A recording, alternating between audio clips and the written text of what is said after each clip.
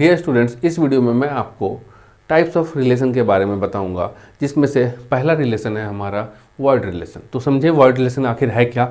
A relation R on a set A is called void और empty relation if no element of A is related to any element of A. इसको हम void को हम empty relation भी कहते हैं। और कंडीशन क्या है इसकी, if no element of A is related to any element of A, means ये रिलेशन ए ऑन ए है। ऐसे रिलेशन होता है, आपने देखा होगा, relation from A to B, A R B अगर मैं लिखता हूँ तो relation from A to means A and B are related with a relation R such that A is from set A, element A is from set A and element B is from set B। लेकिन यहाँ पर void relation जो मैं बात कर रहा हूँ, ये रिलेशन A भी सेट A का एलिमेंट है और B भी सेट A का एलिमेंट है on a set A, because this relation is on a set A, relation on a set। ठीक है, तो देखो सपोज करो ए एक सेट है और इसके एलिमेंट्स हैं 1 2 3 और एक रिलेशन हमने डिफाइन किया R is equal to, relation होगा तो ऑर्डर्ड पेयर होगा A B such that A and B both कहाँ से आएंगे, इस ए के एलिमेंट्स हैं, ए और बी दोनों के दोनों ए के एलिमेंट्स हैं, और साथ ही A minus B is greater than 3।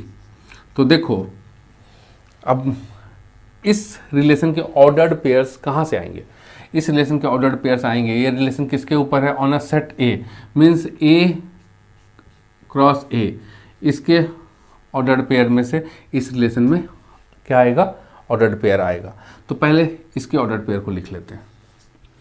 तो ये देखो ए क्रॉस ए, तो 1 1 1 2 1 3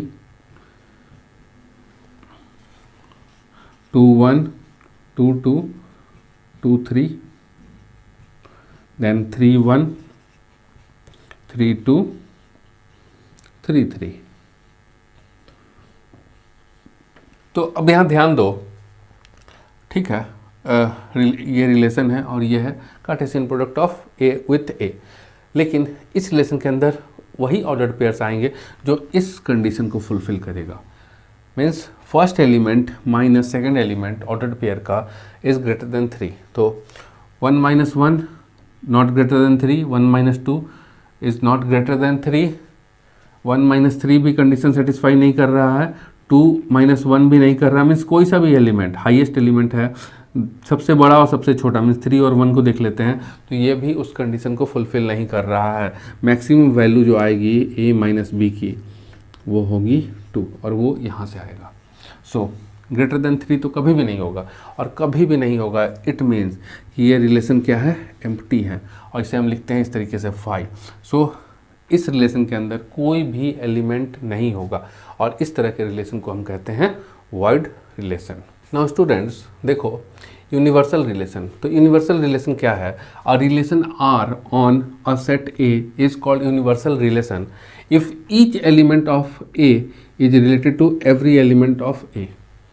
इसका मतलब सपोज करो कि ए एक सेट है और इसके अंदर जो एलिमेंट्स है 1 2 3, तो ये 1 ईच एलिमेंट में 1 भी आता है, तो ये 1 ए के हर एलिमेंट के साथ रिलेटेड हो। उसी तरीके से ये 2 ए के हर एलिमेंट के साथ रिलेटेड होगा, और ये 3 भी ए के हर एलिमेंट के साथ रिलेटेड होगा। इन सिंपल टर्म्स ए का हर एलिमेंट ए के हर एलिमेंट के साथ रिलेटेड होगा। तो ये कब होता है, जब ये हम कार्टेशियन प्रोडक्ट को लिखते हैं। कार्टेशियन प्रोडक्ट में ए का हर element, Cartesian product of A with A, इसमें ए का हर एलिमेंट ए के हर एलिमेंट के साथ रिलेटेड होता है। सो ये आ गया 1 1 1 2 1 3 एंड सो ऑन, इस तरीके से। ठीक है, जो लास्ट एलिमेंट आएगा मैं लिख नहीं रहा, मैंने ऑलरेडी पहले भी आपको बता दिया कि भाई कार्टेशियन प्रोडक्ट कैसे निकलता है, तो इसलिए मैं पूरा लिख नहीं रहा हूँ। तो हर एलिमेंट ए के हर एलिमेंट का ए के हर एलिमेंट के साथ ऑर्डर्ड पेयर, इसे हम कहेंगे, क्या कहेंगे, यूनिवर्सल रिलेशन। और इस रिलेशन के अंदर ए क्रॉस ए का हर वो ऑर्डर्ड पेयर आ जाएगा जो ए क्रॉस ए के अंदर है। सो ये रिलेशन क्या है, सबसेट है किसका, ए क्रॉस ए का, या फिर कह लो इक्वल टू है ए क्रॉस ए के ordered pair. Number of ordered pair जितना इसमें होगा उतना ही नंबर ऑफ ऑर्डर्ड पेयर इस रिलेशन के अंदर होगा।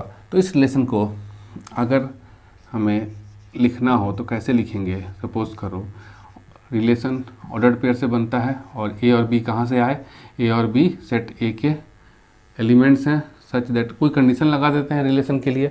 अब रिलेशन के लिए कंडीशन लगा दो, A plus B is greater than 1, ये कंडीशन लगाती है, A plus B is greater than 1। So ये कंडीशन तो सब में सेटिस्फाई होगा, और सब में सेटिस्फाई होगा इट मीन्स कि इस रिलेशन के अंदर ए क्रॉस ए का हर ऑर्डर्ड पेयर आ जाएगा। देखो ए 1 + 1, तो सबसे जो छोटा है एलिमेंट वो है 1, तो 1 + 1 कितना आ गया, greater than 1, because 1 + 1 is 2 and 2 is greater than 1। So students, इस तरह के रिलेशन को जिस रिलेशन में ए क्रॉस ए का हर एलिमेंट या कहो हर ऑर्डर्ड पेयर आ जाए, उस तरह के रिलेशन को हम कहते हैं यूनिवर्सल रिलेशन। नाउ स्टूडेंट्स, हमारे पास अब 4 रिलेशन है, identity relation, reflexive relation, symmetric relation और ट्रांजिटिव रिलेशन। और ये चारों के चारों रिलेशन ऑन सेट ए हैं, means identity relation on set A, reflexive relation on set A, symmetric relation on set A, transitive relation on set A. Set ए के relation means जो इसके ऑर्डर्ड पेयर्स आएंगे इस रिलेशन के अंदर, वो कहाँ से आएगा, वो आएगा ए क्रॉस ए से। ए का कार्टेशियन प्रोडक्ट ए के साथ इन्हीं ऑर्डर्ड पेयर्स में से, यहाँ लिखा हुआ सारे ऑर्डर्ड पेयर्स, एक सेट है, एलिमेंट्स हैं 1 2 3, और ए क्रॉस ए का जो ऑर्डर्ड पेयर होगा वो ये होगा, कार्टेशियन प्रोडक्ट होगा वो ये होगा। तो देखो आइडेंटिटी रिलेशन क्या है, तो in general identity relation ordered pair A और ए से बना, where A belongs to set A. तो देखो सेट ए के अंदर ए क्या है, सपोज करो ए की वैल्यू अगर मैं 1 लेता हूँ, तो इस रिलेशन के अंदर क्या आएगा, इसे हम आई भी लिखते हैं, आइडेंटिटी रिलेशन को आई भी लिखते हैं। I is equal to ordered pair आएगा 1 1 का ए के साथ, फिर 2 का 2 के साथ, और 3 का 3 के साथ। तो हर ए के लिए एक ऑर्डर्ड पेयर होना चाहिए, तब जाके वो रिलेशन उसी के साथ, ए का ए के साथ ही, मीन्स 1 का 1 के साथ, 2 का 2 के साथ और 3 का 3 के साथ, केवल यही होना चाहिए इस रिलेशन के अंदर, आई के अंदर और कोई भी एलिमेंट नहीं होगा। मीन्स सपोज करो N A is equal to here 3 है, तो इस रिलेशन के अंदर जो नंबर ऑफ एलिमेंट्स होगा वो कितना होगा, वो होगा 3, ओनली 3, वही एलिमेंट्स आएंगे केवल। अब देखो रिफ्लेक्सिव रिलेशन, तो हमने देख लिया identity relation of set of an element of A set with itself. Reflexive relation, यहाँ भी वही चीज़ लिखी हुई है जो आइडेंटिटी में था, तो इसमें और इसमें फ़र्क क्या है, तो फ़र्क मैं बताता हूँ, पहले आप लिख लो। सेम है, ए का पेयर होगा, जहाँ ए जो है सेट ए का एलिमेंट है, तो 1 1 का पेयर होगा, 2 2 का पेयर होगा, 2 3 का पेयर होगा। तो ये रिलेशन अब रिफ्लेक्सिव रिलेशन है। लेकिन यहाँ पर ये कंडीशन नहीं है कि और कोई एलिमेंट नहीं हो सकता, और कोई ऑर्डर्ड पेयर नहीं हो सकता। इसके अंदर आप 1 3 का एक एडिशनल ऑर्डर्ड पेयर रख सकते हो, 1 2 भी ले सकते हो।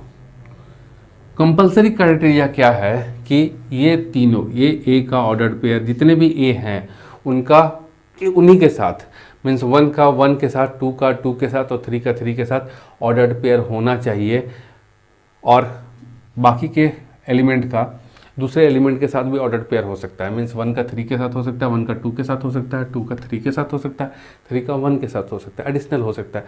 लेकिन आइडेंटिटी रिलेशन में ए का ए के साथ ही ऑर्डर्ड पेयर जो बनेगा, बस उतने ही ऑर्डर्ड पेयर्स आएंगे। मीन्स 1 का 1 के साथ, 2 का 2 के साथ, 3 का 3 के साथ, ये है आइडेंटिटी रिलेशन।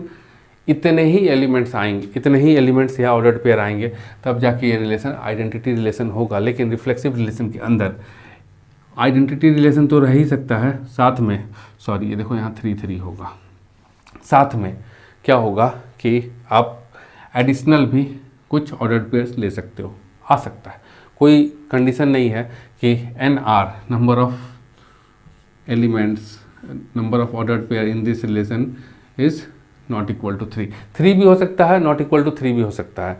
सो अगर इस रिलेशन की हम बात करें आइडेंटिटी रिलेशन की, तो ये एक रिफ्लेक्सिव रिलेशन भी है, क्योंकि रिफ्लेक्सिव रिलेशन का क्राइटेरिया है कि ये एक कंडीशन फुलफिल होनी चाहिए।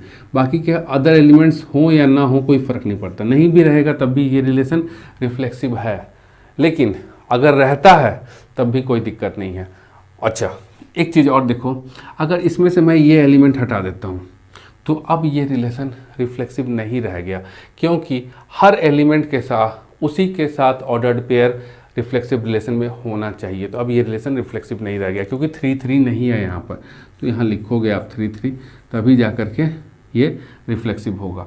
तो अगर मैं इस तरीके से भी लिख दूँ, इन दोनों को हटा दूँ, तब भी ये रिफ्लेक्सिव रिलेशन है, ये आइडेंटिटी भी है, अब रिफ्लेक्सिव भी है। लेकिन आइडेंटिटी रिलेशन के अंदर अगर मैं इसको हटा दूं तो क्या अब ये आइडेंटिटी रहेगा? नहीं रहेगा, ये भी आइडेंटिटी नहीं रहेगा, क्योंकि इसके अंदर भी जितने ए के अंदर एलिमेंट हैं, हर एलिमेंट का उसी के साथ ऑर्डर्ड पेयर होना चाहिए। मीन्स 3 का 3 के साथ आप हटा नहीं सकते, होगा।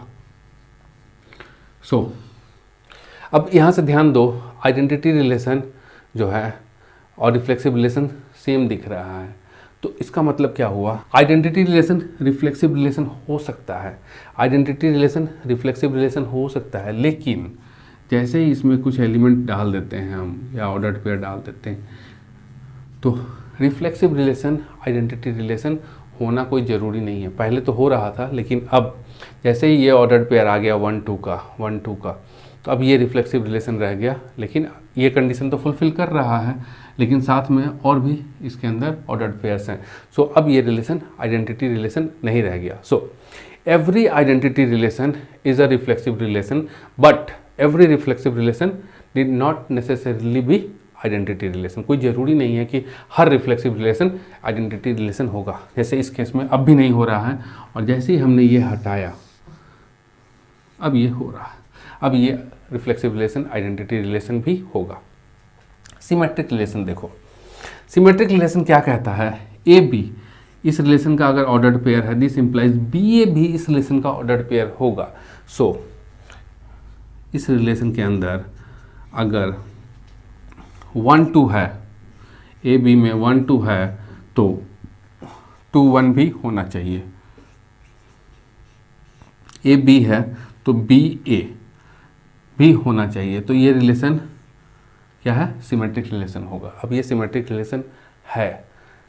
अच्छा, एक चीज़ और ध्यान दो, इसके अंदर कोई ज़रूरी नहीं है कि 1 3 और 3 1 भी आप लोगे, बस ये आ गया ना, जितने भी एलिमेंट्स हों या ऑर्डर्ड पेयर हों उसके अंदर, वो इस कंडीशन को सेटिस्फाई करें। कोई ज़रूरी नहीं है कि आप ए क्रॉस ए सेट से पूरे के पूरे 1 2 ले लिया, 2 1 ले लिया तो 1 3 और 3 1 भी लेंगे, कोई ज़रूरी नहीं है। 2 3 लो और 3 2 भी लेंगे, कोई ज़रूरी नहीं है। बस केवल एक पेयर होगा 1 2 और 2 1 का, 2 पेयर 1 2 और 2 1 का, तो ये भी रिलेशन भी सिमेट्रिक रिलेशन होगा, क्योंकि ये इस कंडीशन को सेटिस्फाई कर रहा है कि ए बी अगर इस रिलेशन का ऑर्डर्ड पेयर है तो बी ए भी इस रिलेशन का ऑर्डर्ड पेयर होगा। चलो, इसके अंदर हम ऐसे भी लिख सकते हैं 1 1। अब यहाँ ध्यान दो, 1 1 लिख दिया मैंने, तो 1 1 तो ए बी हो गया 1 1, तो बी ए भी तो 1 1 ही होगा। तो रिफ्लेक्सिव वाले हर एलिमेंट्स या हर ऑर्डर्ड पेयर सिमेट्रिक होता है।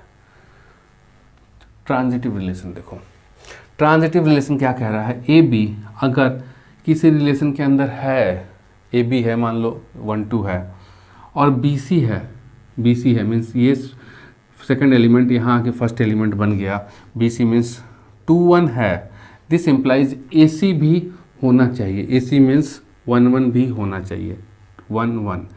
ये आ गया ए, ये हो गया बी, ये है बी और ये है सी, तो ए सी तो 1 1 होना चाहिए। अब देखो यहाँ पर 1 2 और 2 1, तो ये सेकंड एलिमेंट क्या है? 2 है, तो और देखो सेकंड एलिमेंट 2 कहाँ है? 2 यहाँ है सेकंड एलिमेंट, तो 1 2 और 2 3, तो बी और सी हो गए। तो अगर इस पेयर को लेते हैं 1 2, इस रिलेशन के अंदर 1 2 ए बी आ गया और 2 3 लेते हैं बी सी, सो ए और सी 1 3 का पेयर होना चाहिए, 1 3 का पेयर होना चाहिए। Now this relation is transitive. अब ये रिलेशन ट्रांजिटिव है, लेकिन अब देखो 1 2 लिया और 2 1 भी ले लिया। अगर मैं इसके अंदर 2 1 भी लिख देता हूँ, 2 1 भी लिख देता हूँ, तो 1 2 और 2 1, इट मीन्स कि 1 1 भी चाहिए, तो 1 1 भी डाल दो। तो अब ये फिर से ट्रांजिटिव हो गया। पहले भी ट्रांजिटिव था इन 3 एलिमेंट 3 ऑर्डर्ड पेयर के साथ, और ये 2 एडिशनल ऐड करने पर फिर से ट्रांजिटिव हो गया।